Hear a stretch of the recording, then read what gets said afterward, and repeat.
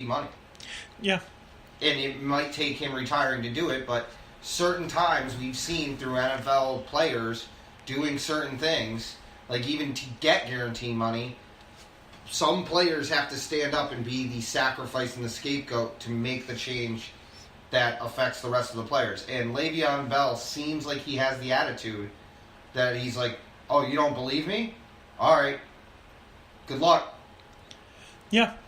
Yeah, Le'Veon Bell, at this point, a lot of people look at him as one of the most real players in the NFL, one of the most, I don't want to say trustworthy, but, man of his word kind of thing. So I feel like if he doesn't get the contract and he doesn't retire, he's going to lose a lot of credibility. I agree with that, and I think the Steelers are stubborn enough to put him in that situation. Why am I watching an Alabama picnic? Would you please describe for us what an Alabama picnic is? It's these two massive hillbillies wrestling each other fakely in a ring. Well, there's that guy doesn't look in shape at all. Well, I think he's wearing the belt to make it look like he is. Well, he is 7 feet tall, and his buddy, who is also 7 feet tall, just tagged into the match, and he is in shape. So that's why. I'm all right. I'm sorry. Anyways, there are people holding out. I should have hold out. I'm looking at that. So I do just want to give credit where credit is due. I didn't come up with this list, obviously. I got the list from NFL.com's Greg Rosenthal. He's the one that compiled this list for me. Good source. I like Greg Rosenthal. Yeah, he is good, and I want to make sure I'm not stealing his work, so I'm giving him credit. Fair enough. Okay. Which brings us to our final topic of the night. As I alluded to earlier in our poem, we're just 10 weeks away from college football. Mm-hmm. And I love college football. Last season, we looked at all of the Power 5 conferences and broke them down. This year, we're going to expand that. There are 10 conferences. I have ranked all 10 of them from 10 being the worst to 1 being the best. And in that order, we're going to break these conferences down. You're going to have to send me a photo of that list. Oh, I will. Because some of those conferences, I know I have only watched them strictly for betting purposes.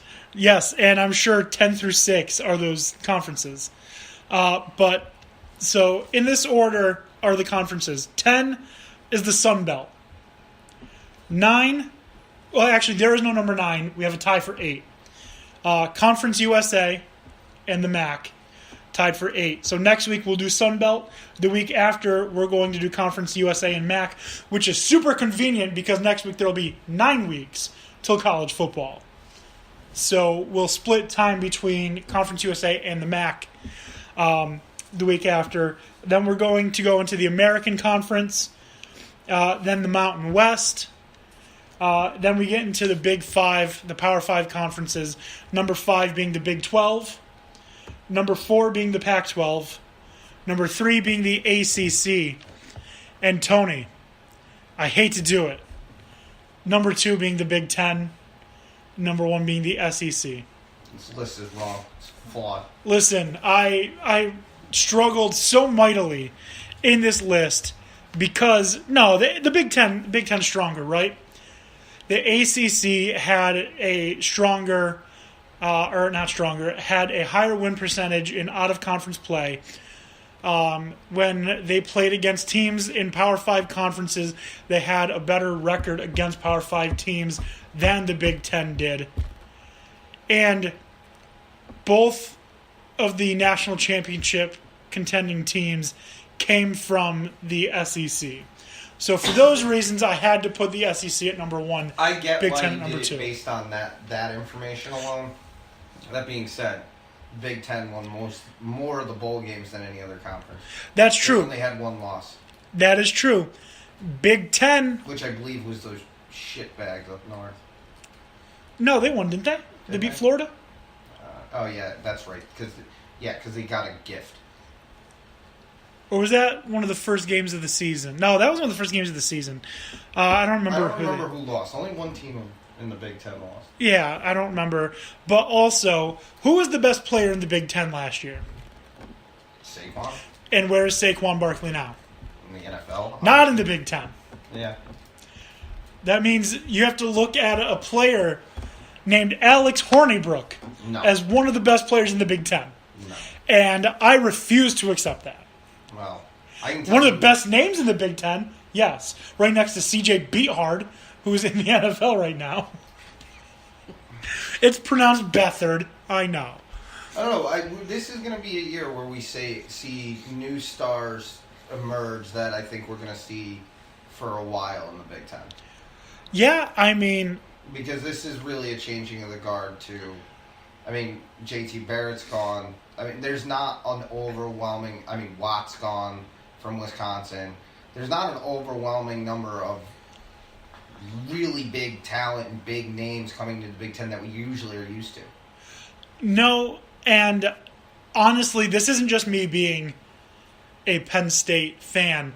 Trace McSorley right now has got to be the top guy in the Big Ten.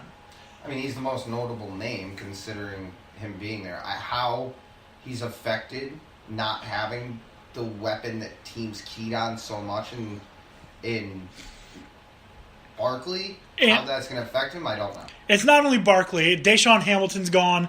Mike Gesicki's gone. They've lost a lot on defense. I mean, so how he responds to that is actually one of the more intriguing storylines. I mean, we'll talk about that when we break these down because it's certainly going to be a topic of conversation. Right, and we'll talk about that in 8 weeks, which seems like forever, doesn't it? Yeah, but it'll be upon us sooner than we believe. Because, I mean, spring ball has already been played, so these kids get their summer break, but they're going to be back soon. And I can't wait to be here to break all of it down. Me too, brother. I'm excited that we're going to expand it. We're going to talk about the Sun Belt. We're going to talk about teams like Troy I don't even know who's in the Sun Belt. Teams like Troy. We're going to talk about the MAC. Teams like Akron and Buffalo and Miami of Ohio. Yeah, I know he's in the MAC. That one I know. Yeah, so it's going to be a lot of fun. Can't wait for college football to start. Next week is going to be our start of college football. All right. College football pre-kick. Yes. All right. I like it. You got a fact for today? We do, actually. I mean, other than the ones Sports Center was so nice enough to absolutely. give our way. And it's sad that Dan O'Shea couldn't be here tonight because tonight, yes, on June 22nd, 1983, the NHL institutes a 5-minute sudden death overtime period. What happened before that, I wonder? Was it just a tie, like we're done? There were ties back then, yes, but... maybe not sudden death? Yeah, I'm pretty sure before it was you played a full another period and whatever happens, happens. Like NFL, yeah. Right. Well, I mean, the NFL is a little different. No. Yeah. Yeah, nah. If you kick a field goal, the other team can score and win, which I like that a lot better than the sudden death. But I don't mind it. I still find it baffling that every time there's a tie, somebody says, I didn't know we could tie. Seriously, Donovan McNabb, how did you not know? Seriously, yeah. That baffles me. That's good enough. When did they do that? 1983. 1983. January 22nd? January. June 22nd, 1983. All right, guys. It's been a fun show. I had a blast. Yeah. Really like that new Tony rant. That's one of my favorite things now. Definitely. So if you want to get at us on Twitter, we're at DanDanTony. All one word, obviously. If you want to find us on Facebook, we are DanDanTony Sports. DanDanTony, one word, Sports, another. If you want to email something to us, DanDanTonySports@gmail.com. Guys, it's been a lot of fun. I want to thank you both for being here. Thanks. Thank you all for listening, obviously. For Dan, Tony, and not Dan, have a good night.